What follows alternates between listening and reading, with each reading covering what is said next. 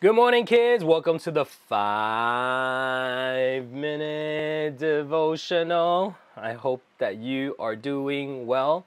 Well, today, I want to ask you a question. How many of you have ever gone to see a ball game or a team sport, right? Last week, Pastor Frank just went to a Mets game. One of my favorite teams. They've been terrible for all these years, and finally, they're in first place. A good thing and bad thing about a team being in first place, their tickets becomes more expensive.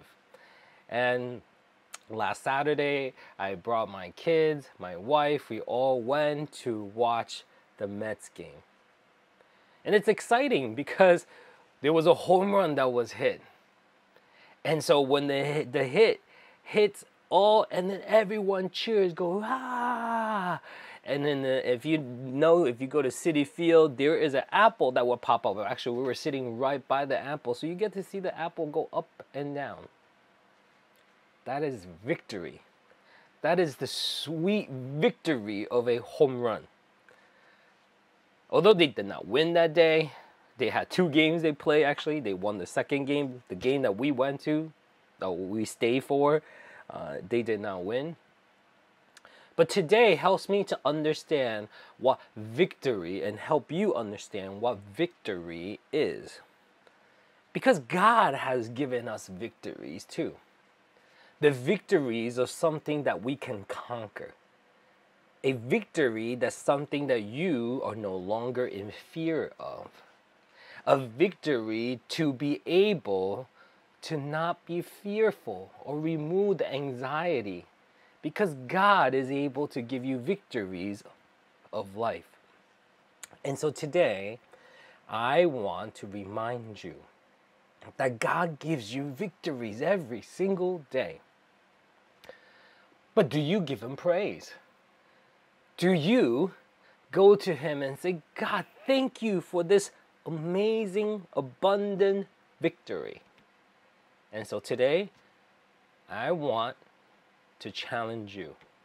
Whenever you have the victories of life, you want to give Him praise. You want to give Him all the praise. Because all the victory is not by our own. All the victory is not on our own ability. But really, God's giving us that ability to have victory. Today, we see the victories in 1 Chronicles chapter 18, what David received the victory.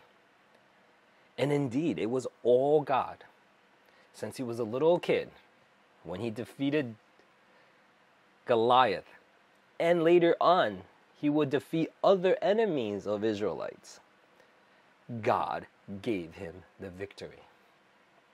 When God gives you the victory, are you going to honor Him, or are you going to claim that credit for yourself? And remember, who claimed that credit for himself? Saul. Did that end well for him? So today, when you have victory, let's give it to Him. Allow Him to be honored. God bless you, and I will see you tomorrow.